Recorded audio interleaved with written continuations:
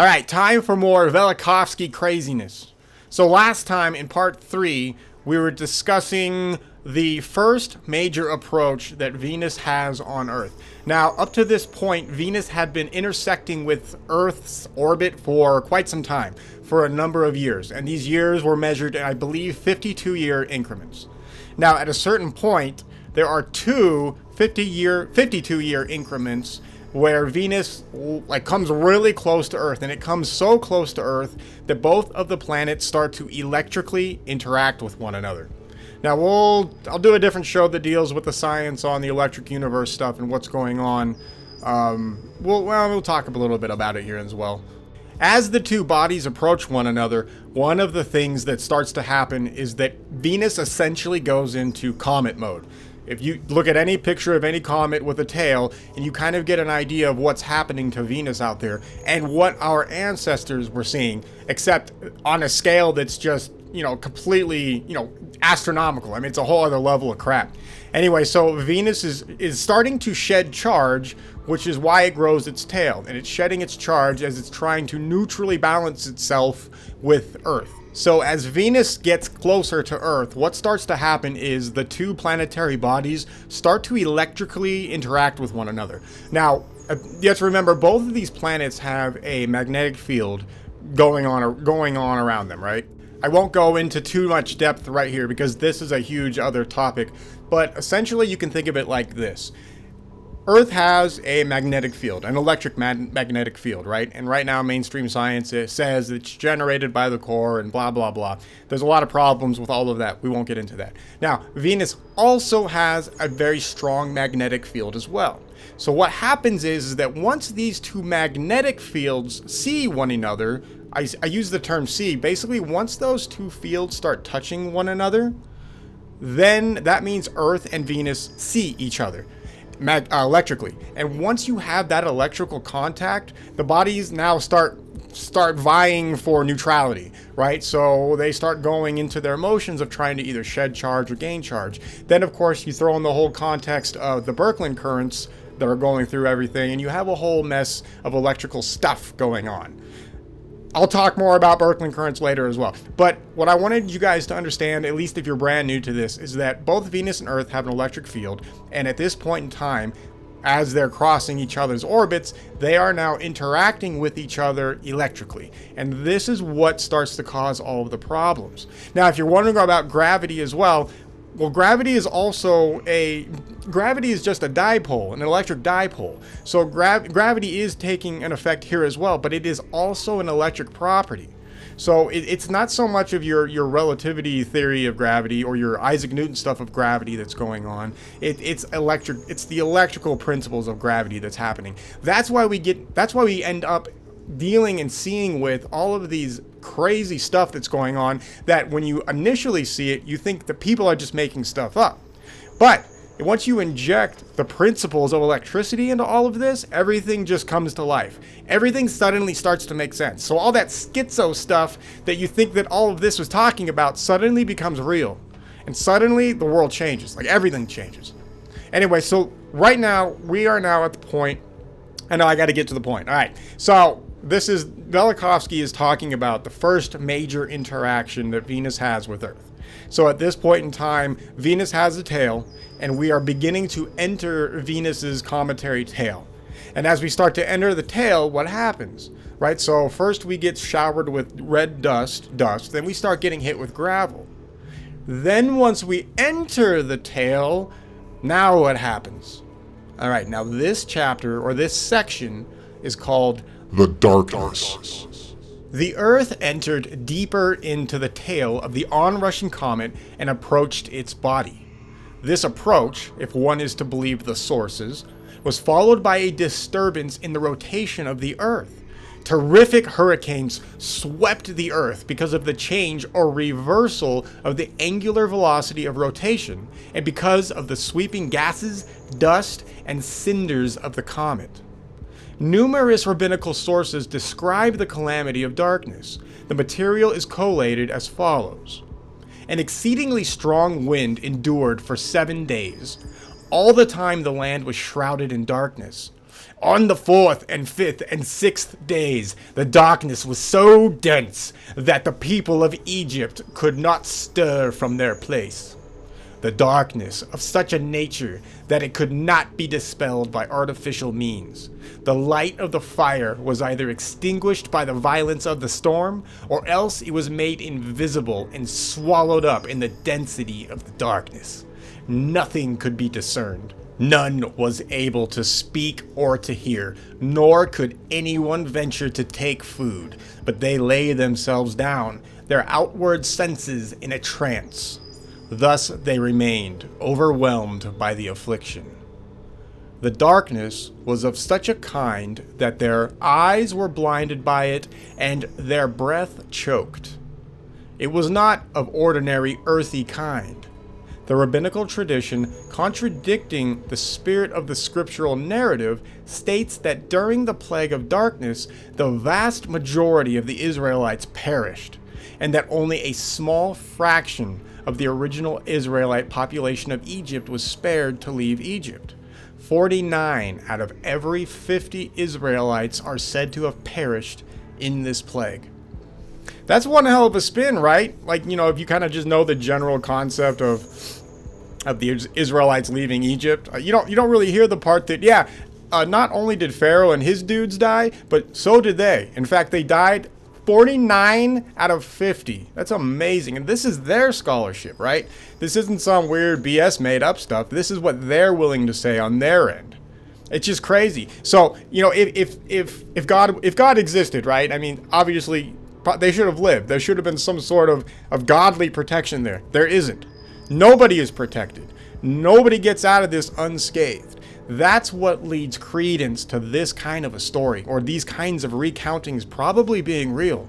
Because they're straight up. They say everybody was gone because of this. Only a few people survive, relatively speaking, because the comet that is Venus at this point is so destructive. I mean, the stuff that Earth went through is absolutely devastating. Alright, he continues. A shrine of black granite found at El Arish on the border of Egypt and Palestine bears a long inscription of hieroglyphs. It reads, "The land was in great affliction. Evil fell on this earth. There was a great upheaval in the residence. Nobody could leave the palace. There was no exit from the palace. During these 9 days of upheaval, was such a tempest that neither men nor gods, the royal family in this sense, could see the faces of those beside them." This record employs the same description of the darkness as the Exodus. "And there was a thick darkness in all the land of Egypt 3 days. They saw not one another, neither rose from his place for 3 days. The difference in the number of days, 3 and 9, of the darkness is reduced in the rabbinical sources, where the time is given as 7 days. The difference between 7 and 9 is negligible if one considers the subjectivity of the time estimation under such conditions. Appraisal of the darkness with respect to its impenetrability is also subjective.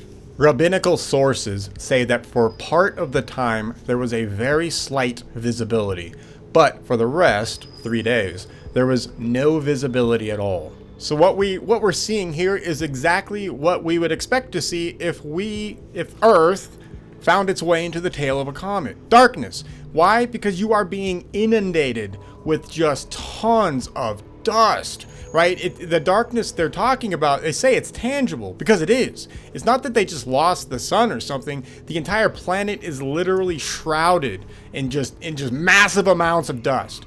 So of course you can't do anything. And these people, they describe all of this. These people describe exactly what would happen if we entered the tail of a comet. It's pretty amazing that these ancient stories, how would any of these people know what it would be like to enter the tail of a comet? Right, especially with mainstream saying that we were basically just eating rocks and bumping into each other. These people are describing to a T all of the events that would happen to Earth had we made contact with another large body that was in comet mode. So this is the kind of evidence that changes everything. Once you start to look at history like this, so many questions start to be answered, and they start to get answered very quickly. All right, let's go on. I'm not going to rant. I'll keep going. It should be kept in mind that, as in the case I have already discussed, a day and a night of darkness or light can be described as 1 day or as 2 days.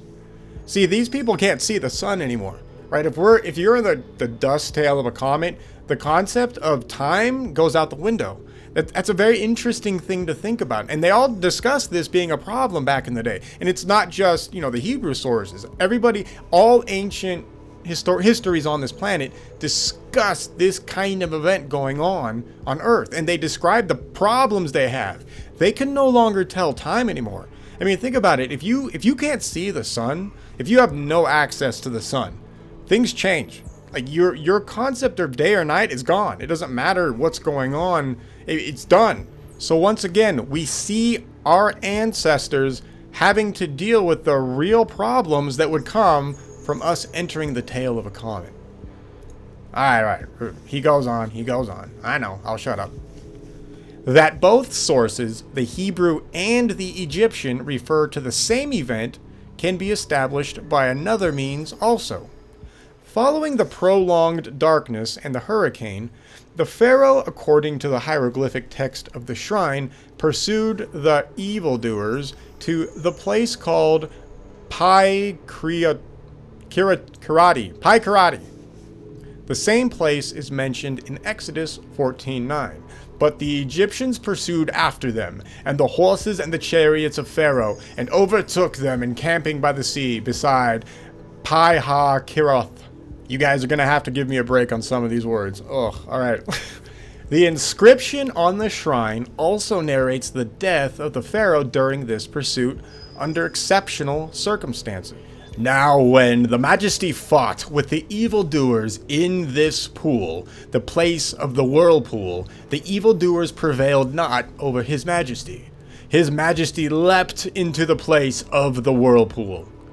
This is the same apotheosis described in Exodus 15:19. For the horse of Pharaoh went in with his chariots and with his horsemen into the sea, and the Lord brought again the waters of the sea upon him. If the Egyptian darkness was caused by the Earth's stasis or tilting of its axis, and was aggravated by a thin cinder dust from the comet, then the entire globe must have suffered from the effect of these two concurring phenomena. In either the eastern or western parts of the world, there must have been a very extended, gloomy day. Nations and tribes in many places of the globe, to the south, to the north, and to the west of Egypt, have old traditions about a cosmic catastrophe during which the sun did not shine. But in some parts of the world, the tradition maintains that the sun did not set for a period of time equal to a few days. Tribes of the Sudan and south of Egypt refer to in their tales to a time when the night would not come to an end. Kalevala, the epos of the Finns, tells of a time when hailstones of iron fell from the sky, and the sun and the moon disappeared, were stolen from the sky, and did not appear again. In their stead, after a period of darkness, a new sun and a new moon were placed in the sky. Caius Julius Solinus writes, following the deluge, which is reported to have occurred in the days of Ogyges, a heavy night spread over the globe. In the manuscript of Avala and Molina, who collected the traditions of the Indians of the New World, it is related that the sun did not appear for 5 days. A cosmic collision of stars preceded the cataclysm. People and animals tried to escape to mountain caves. Scarcely had they there when the sea, breaking out of bounds, following a terrifying shock, began to rise on the Pacific coast. But as the sea rose, filling the valleys and the plains around, the mountain of Eni Masara rose too, like a ship on the waves. During the 5 days that this cataclysm lasted, the sun did not show its face, and the earth remained in darkness. So there we have it. You have multiple traditions from around the planet talking about the problems they are now dealing with as Venus is passing by. And these are all scientifically plausible if you employ electric principles, just basic electric principles. You don't need anything else. But this is the kind of after effects you have. I think he's going to go on and talk about what he's talking about by the mountain of water and everything, because that's also just mind-blowing. But let's keep going, and we'll paraphrase later. Thus, the traditions of the Peruvians describe a time when the sun did not appear for 5 days. In the upheaval, the earth changed its profile, and the sea fell upon the land.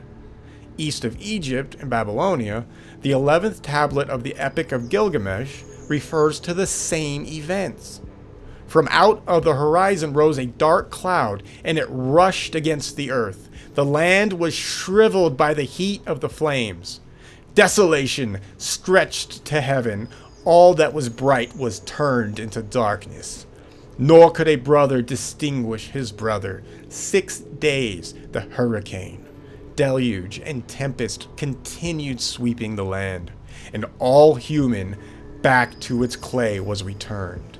The Iranian book Anugita reveals that a threefold day and a threefold night concluded a world age, and the book Bundahis, in a context that I shall quote later, and that shows a close relation to the events of the cataclysm I describe here, tells of the world being dark at midday as though it were in deepest night. It was caused, according to the Bundahis, by a war between the stars and the planets. You know what's funny?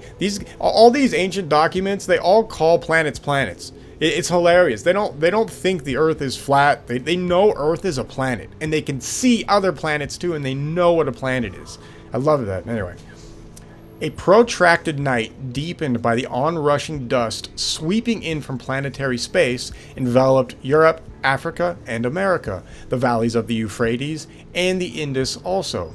If the Earth did not stop rotating, but slowed down or was tilted, there must have been a longitude where a prolonged day was followed by a prolonged night.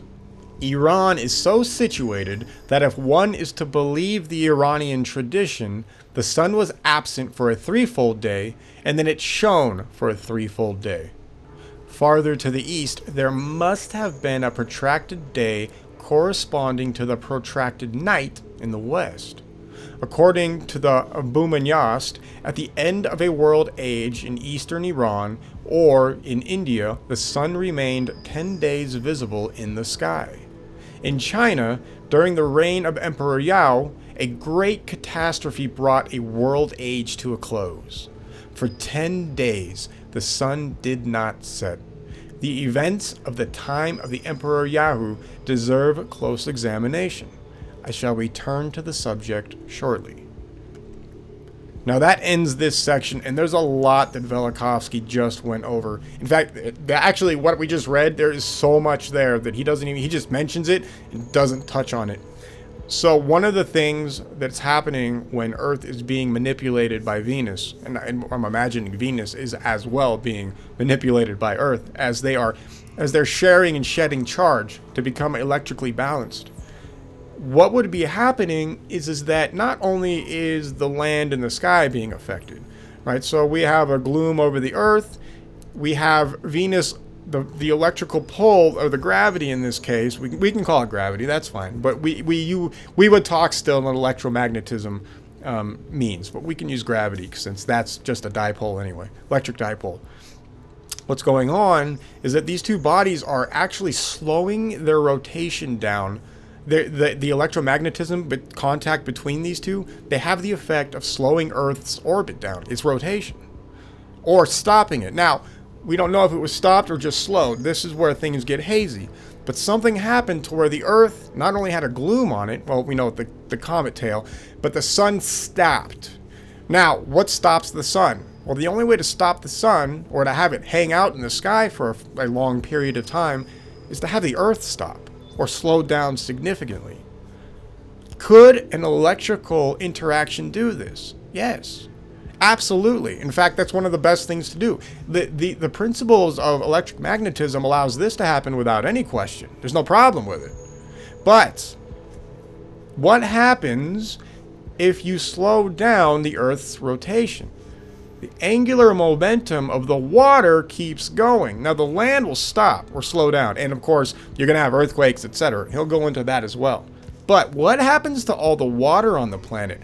Because the water is not anchored to the Earth in the same way that land is all anchored together, right? The water is just going to slide right over the terrain. And that's what happens. That's what we see. Why would the ancients start to describe huge mountains of water rolling over continents if they had no idea that this would be the outcome of a planetary interaction? So the more you look at the ancient stories with this context, suddenly those stories are not fantastical. They're horrifyingly real. I'm going to call it here for that. We'll go on to part 5 next, where things get even crazier.